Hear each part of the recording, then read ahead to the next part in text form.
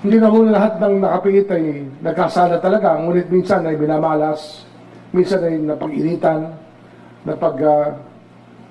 napagkaisahan. Nangyayari po yan. Hindi ho perfecto ang hustisya.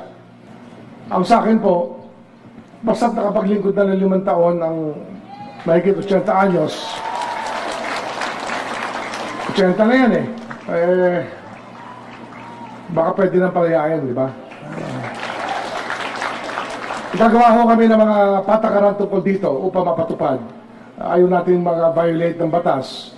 Ngunit gagawin po natin ang lahat upang magawa ito at mapatupad natin. Hindi maaaring mawala sa aming isipan ang mga nakapiit sa mga kulungan sa buong Pilipinas. Ang pinakamasakit po rito, marami ho walang kasalanan sa nakapiit. Alam po namin yon. Hindi na ho lahat ng nakapiit ay nagkasala talaga, ngunit minsan ay binamalas, minsan ay napag-initan, napagkaisahan. Nangyayari po yan. Hindi ho perfecto ang hustisya.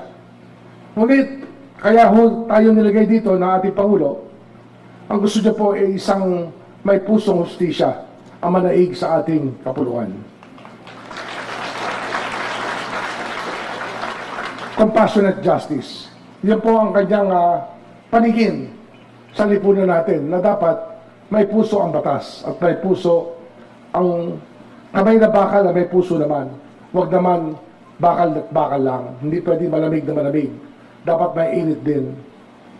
Sapagkat, ang sabi ko nga kanina, hindi ho perfecto ang ating sistema. Ngunit ang lahat ginagawa natin upang maiayos natin ang sistema ng hustisya. At marami ho kami mga reformang pinapatupad sa Department of Justice na marahil kinagugulatan na marami po sa mga kasama namin sa sistema ng Department of Justice. At marami na ayaw rin maniwala na maaaring gawin yung mga pagbabagong nais namin ipatupad.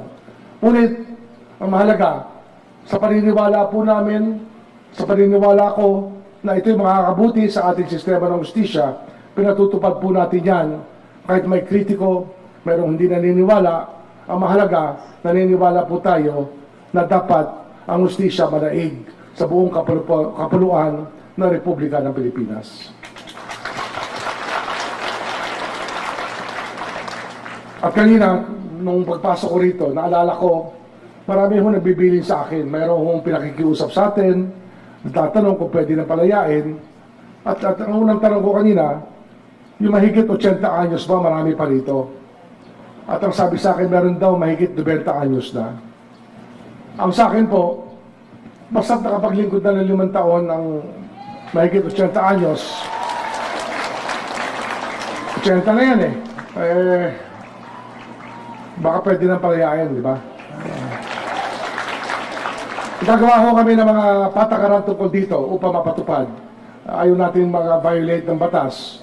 Ngunit gagawin po natin ang lahat upang magawa ito at mapatupad natin. At hindi lang yan, ang sinasabi nga kanina ni Ma'am Persida, yung mga may sakit, yung mga lumpo na, mga bulag na, marahil dapat dumating din yung oras na sila'y pakawalan habang may buhay pa sa kanilang mga katawan. Gagawa rin ho tayo ng mga rules tungkol dito para mapabilis natin ang paglaya ng marami. At ang mahalaga sa lahat, yung sistema ng hustisya ay inaayos natin na wala ho madidemanda nang hindi salang-sala ang ebidensya. Minsan kasi, napapagdiskatahan lang, ay nadedemanda, wala namang kapera-pera, hindi makapagpiyansa, at nawiwili na sa loob, hindi na makalabas. Hindi ho dapat nangyayari yan sa isang republika ng katulad sa atin. Kaya sa inyo lahat po, sa mga pakakawalan po ngayon, at sa corrections na nakaraan na po sa mahabang panahon ng pagsisintensya, ayaw ko na ho kayong makita muli. Huwag dito mag-ayos kayo, sana'y makapagbagong buhay kayo. Ang pangarap po natin ay magkaroon kayo ng kaligayahan sa labas muli, di ba? Lumigaya muli ang inyong mga buhay. Kanina pinanonood ko ang mga nagsasayaw, masisigla. Ilang sandali lang yan na pagbabago ng isip, tapos balik na naman sa dati. Alam ko nararamdaman nyo, ang sa akin po, sa bawat pagkakataon na bibigay sa amin na magbigay kami ng laya, gagawin namin. Sa bawat pagkakataon po na meron kaming magpalaya na tao, gagawin po namin. At ganoon talaga. Ang hustisya po ay talagang kailangan po ng lipunan eh. Hindi ho lang natin maiwasan yan. Ang hustisya po kailangan ng lipunan para maging maayos po ang takbo ng lahat.